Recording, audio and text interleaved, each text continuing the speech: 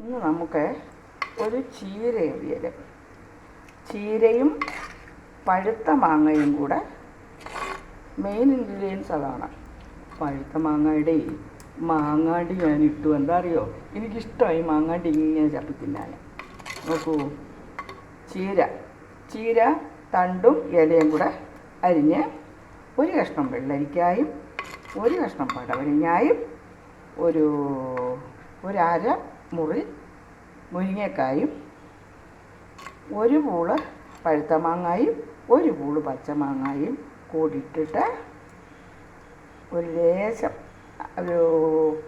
ഒരു തുടം വെള്ളം ഒഴിച്ച് ഉപ്പും 2 പച്ചമുളകും കീറിയിട്ട് ഉപ്പും മഞ്ഞൾപ്പൊടി മുളക് പൊടിയും ഇട്ട് നല്ലോണം വെന്തപ്പം അതിനെ ഉടച്ച് ഒരൽപ്പം പച്ച വെളിച്ചെണ്ണയും ഒഴിച്ച് വെച്ചിരിക്കുന്നതാണ് ഈ അവിയൽ. എളുപ്പമാണ് കേട്ടോ.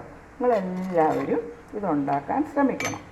അടുത്ത കൂട്ടാൻ ഉച്ചക്കത്തേത് അടുത്തത് നിങ്ങളാരും ഇത് കണ്ടിട്ട് ഞെട്ടണ്ട. ഇത് ഞാൻ ഉപ്പ് കലക്കി തെളിയാക്കി വെച്ചിരിക്കുന്നതാണ്. കല്ലുപ്പ് കലക്കിയിട്ട് ഇതെൻ്റെ എളുപ്പം എടുക്കാൻ വേണ്ടി എൻ്റെ കടുക്, ജീരകം, ഉലുവ, കായം എല്ലാം, കട്ടക്കായം എല്ലാം ഇട്ട് വെച്ചിരിക്കുന്നതാണ്. നിങ്ങളെപ്പോഴും നോക്കുമ്പോൾ ഇത് കാണുമല്ലേ. ഇനിയും അടുത്തത് ചെറിയുള്ളിയും പിന്നെ വെണ്ടയ്ക്കയും കൂടെ, ചെറിയുള്ളി, വെണ്ടയ്ക്ക, പച്ചമുളക് ഇത് മൂന്നും കൂടെ നല്ലോണം വഴറ്റിയിട്ട് തേങ്ങായും വറ്റൽമുളകും മല്ലിയും പച്ചമല്ലി ഒരു നുള്ളു ഉലുവയും കൂടെ നല്ല ചുവക്ക വറുത്തിട്ട് ഒരൽപ്പം ഇത് വഴറ്റിയിട്ട് ഉള്ളിയും പച്ചമുളകും വെണ്ടയ്ക്കയും കൂടെ വഴറ്റിയിട്ട് അതിലേക്ക് ഒരു നെല്ലിക്ക പരുവത്തിലുള്ള പുളി പിഴിഞ്ഞൊഴിച്ചിട്ട് ഈ തേങ്ങായും മുളകും മല്ലിയും എല്ലാം കൂടെ വറുത്തില്ലേ അതിനെ അരച്ച് പുളി പിഴിഞ്ഞൊഴിച്ച് കലക്കിയ കൂട്ടിലേക്ക് ഈ അരവും കലക്കി കടുക് വറുത്തിരിക്കുന്നതാണ് ഈ തീയൽ.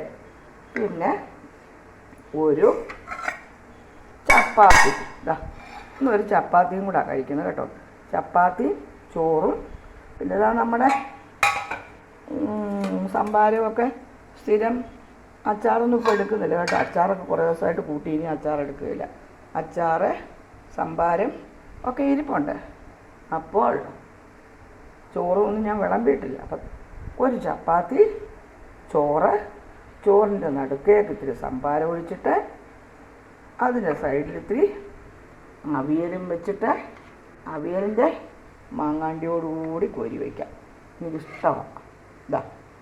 അവിയലും നല്ല ചീര അവിയൽ കേട്ടോ. പഴുത്ത മാങ്ങായും ഒരു കഷ്ണം ഇട്ടു, ഒരു കഷ്ണം പച്ചമാങ്ങായും ഇട്ടു.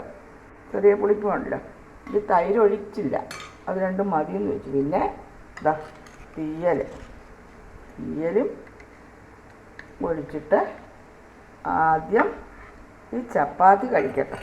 ചപ്പാത്തി കഴിച്ചിട്ട് ആവശ്യത്തിനുള്ള ചോറെടുക്കാം അല്ലേ. ഇനി ചോറ് ശകലം മതി. ഇതാണ് ഇന്നത്തെ എൻ്റെ ഉച്ചക്കലത്തെ വിഭവങ്ങൾ. അരി വാർത്ത പാത്രം അത് കേട്ടോ. അപ്പോൾ നോക്കൂ, ചപ്പാത്തി, തീയൽ, ചീര അവിയൽ, അച്ചാറ്, സംഭാരം, ഇത്രയും സാധനങ്ങളാണ് നമ്മുടെ ഇന്നത്തെ വിഭവങ്ങൾ. നമ്മുടെ ഈ നടുക്ക് കുഴിക്കുന്ന കിണറിലേക്ക് സംഭാരം ഒഴിക്കാം. ഇനി നമുക്ക് ഊണ് കഴിക്കാൻ തുടങ്ങാം. അച്ചാറ് വേണ്ട. അപ്പോൾ ചപ്പാത്തി, ചോറ്, ചീര അവിയൽ, ഉള്ളി, വെണ്ടയ്ക്കായും കൂടെ വഴറ്റിയിട്ടുള്ള തീയൽ, ഇത്രയും കാര്യമാണ് ഇന്നത്തെ നമ്മുടെ വിഭവങ്ങൾ. എല്ലാവരും എൻ്റെ കൂടെ ഊണ് കഴിക്കാൻ വരാൻ ഞാൻ നിങ്ങളെയെല്ലാം ഹാർദമായി സ്വാഗതം ചെയ്യുന്നു. അപ്പോൾ അതിനകത്ത് ഞാൻ പണ്ട് പറഞ്ഞിട്ടില്ലേ, ഊണിന് എന്തൊക്കെയാണെന്ന് ചോദിക്കുമ്പോൾ ചെമ്പകശ്ശേരി രാജാവിൻ്റെ വീട്ടിൽ ഊണ് കഴിക്കാൻ ചെല്ലുമ്പോൾ എന്തൊക്കെയാണ് ഊണിന് കൂട്ടാമെന്ന് ചോദിച്ചു.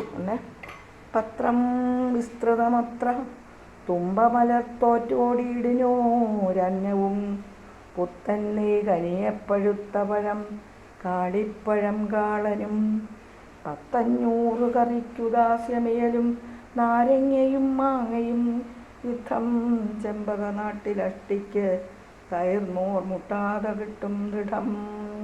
അപ്പോൾ ഇതാണ് ഇന്നത്തെ വിഭവങ്ങൾ. ചീര അവിയൽ, ഉള്ളിയും വെണ്ടയ്ക്കയും കൂടെ തീയൽ, ചപ്പാത്തി, സംഭാരം, അച്ചാർ, ഇതൊക്കെ കൂട്ടി ഇന്ന് ഒരു സിമ്പിളായ ഊണ് ഇന്നും നമുക്ക് കഴിക്കാം. എല്ലാവരും വരൂ കേട്ടോ.